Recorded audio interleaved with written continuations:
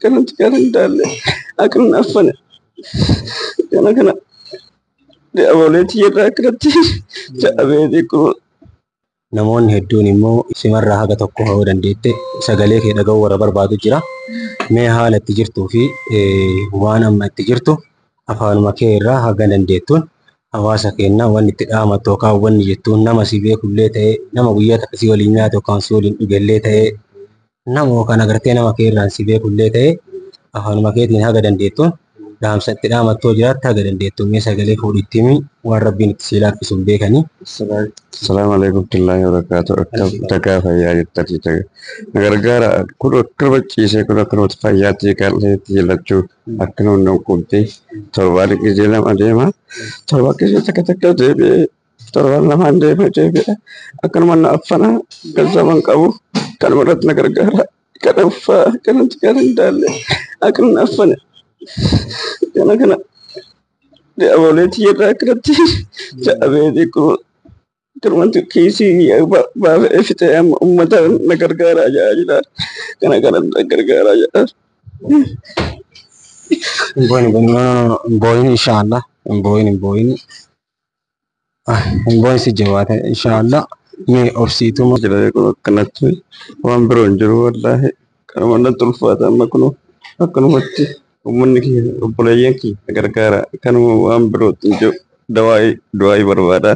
doai bicara berbada doai nako kana berbada kadang dietemu namni agartee gargaaru dandeettu gargaaraani wanni bira wanni haroon hin jiru maashina kana guyyaa itti kafalee dhiqataa yoo dhiqaa takkeen godhanne immoo na affanaana dhukkubaa bakka haala waan jabaarra jira jechuudha. Kanaafuu wanni godhamu yoo jiraate guyyaa wanni kun kafalamu malee bilaasha nama yaalanii uf qabaati ka isa beeytanillee ka itti dhiyaatanillee gartanii akka bira dhaabbatanii hamilee taataniif haguma gaaf kan guyyaa san dhufnee viidiyoo waraabnee bira dhaabbannee namoonni hedduun irraa dubbate hamilee godhatee hanga tokko garte ilmi namaa bar gaafa dhibamtee namni bira dhaabbatu dhabe namni abshir hayzo jedhuun dhabame dhibee san irratti dhibee biraati ammallee hangasumaafuu piliis nama kana biran darbinaa rabbumaa jecha biran darbinaa kunoo isin tunillee haadha manaa isaati kootume koosee rakkoon qabu haadha manaa isaati mee waa'ee abbaa manaa kee kana jechuun akka itti jirtuun beekaa rabbiin sinii laaffisee namnummaanuu walis sinii qabee kalummaan isaa kun ala deemtee yaalamte gareen illee qophaa'ee jira jettanii namoonni tokko illee wanni hanga ammaa gargaaramaa jiru ka homa maashina irratti dhiqaan baasaa jirtan taasisan galee kanaafuu mee waan jiru yaada dabalattu wayii as raggatiitti uummata kana dhaamadhu. Assalamu alaikum warahmatullahi wabarakatuh. Akkam jirtan uummanni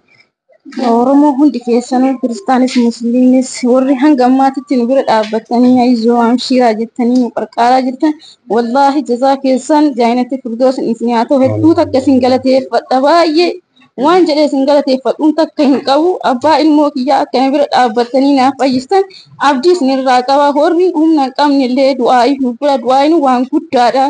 du'aa'ii biratti dammoo warri hin dandeenye sheeriyoo nu gootanii nama nu qarqaaruu danda'u biraan nu geetto wallaahi baay'ee isin galateeffadha warri hanga ammaatitti nu bira dhaabbatanii yaadanis ta'ee qarshiidhanis ta'ee wan hundaanuu bira dhaabbatanii nu qarqaaraa jirta wallaahi baay'ee tokko isin galateeffadha nuuf jiraadha nuuf galatoomaa Oromooti yaa wallaahi hedduu takka wallaahi wannuma jee isin galateeffadhuun hin qabu wallaahi hamilee nutti hortanii wallaahi baay'ee tokkotti akka waan inni fayyeetitti wallaahi abdii godhadhee itti gammadee baay'ee naa galatoomaa ammas nu bira dhaabbadhaas inja Oromooti jedhe. Dhukkubeet gara biyya alaatti riba waan godhaniif akka nu gargaartan uummatni Oromoo fi walumaa galatti uummanni Itoophiyaa obboleessa keenya kana nu baraaraa jenna. Muzee jechuun nama abbaa ilmaan lamaa fi guyyatti waan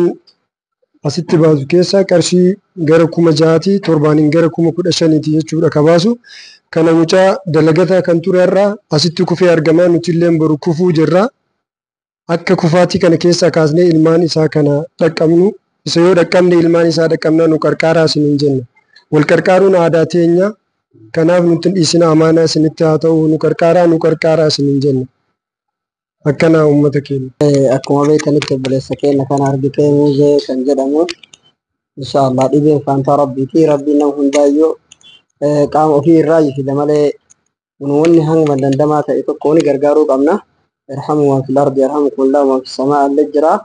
warri dachii yoo rahmata walii gootan argitee anillee rahmata isinii godha jira waan jiruun wal bira dhaabanneetiniin obboleessa keenya kan akka qarqaareetiniin baraarru wal gargaarraa isinin jenna dhaamsa asumaan isin dabarsinaa inshaallah bakki tokko gargaara abbaa ijoollee lamaati nama xaarataa argiteetiniin guyyaa keessa akkana rabbiin godhuu ni danda'a hamma danda'amaa ta'e tokkoon kanamarraa fuudhillee rabbuma nu gargaaraa waliin gargaaramuu qabnaa isinin jedha inshaallah rabbi isin haa ta'u rabbiin nu haa gargaaru rabbiin argitee irraa haa kaasu gargaarsa keessatti argitee rabbiin bu'aa nu haa buusu rabbiin irraa aafi'eetiin talaala rabbi nu haa taasisu inshaallah waan jiruun hunduu du'aa'ii bakka jirtullee walii dhaammannaa jechuuf obboleeyyan kiyya. እንግዲህ ቢስሚላህ ይህ ወንድማችን ሙዘየን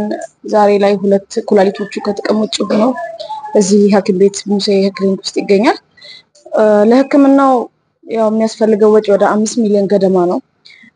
ሰው ህዝብ ያለው ወገን ያለው አይሞትም ታሞም አይቀርም። ሰው ለመርዳት ሰው መሆን በቂ ነው። ይህ ወንድማችን የሁለት ልጆች አባት ነው። ትላንትና ተሯሩጦ ለፍቶ ሲኖር የነበር ሰው ዛሬ ደግሞ ያልጋ ቁራኛ ሆኗልና ዛሬ ደግሞ እኛ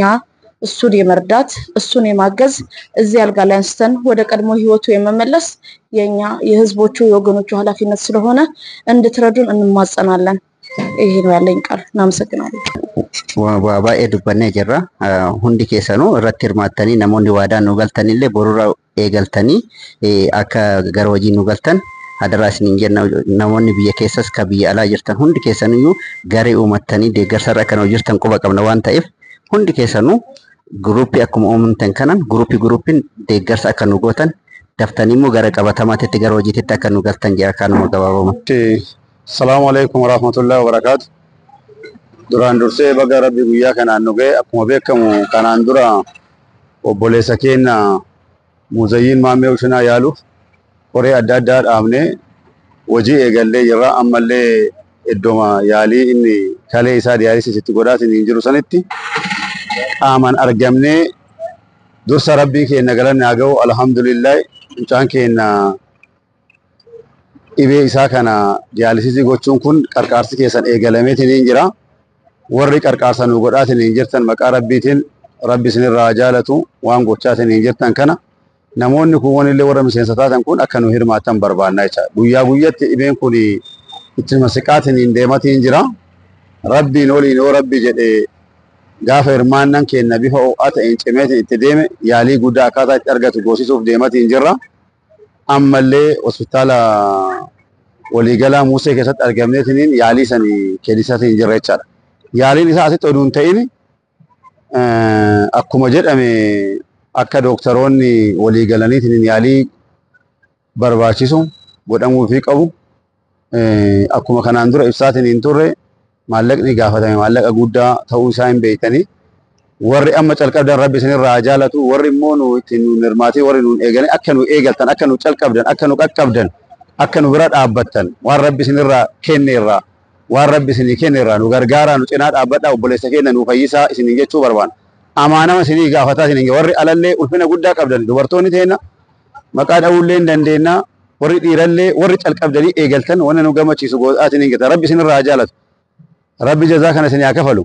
Kanaa jabaadhatiin kanaa olitti nu dabala ammallee nu hojjedhaa nu qarqaaraa nu cinaa dhaabbadhaa obboleessa keenya haa fayyisnu jechuu barbaada. Assalamu alaikum warahmatullahi wabarakatuh.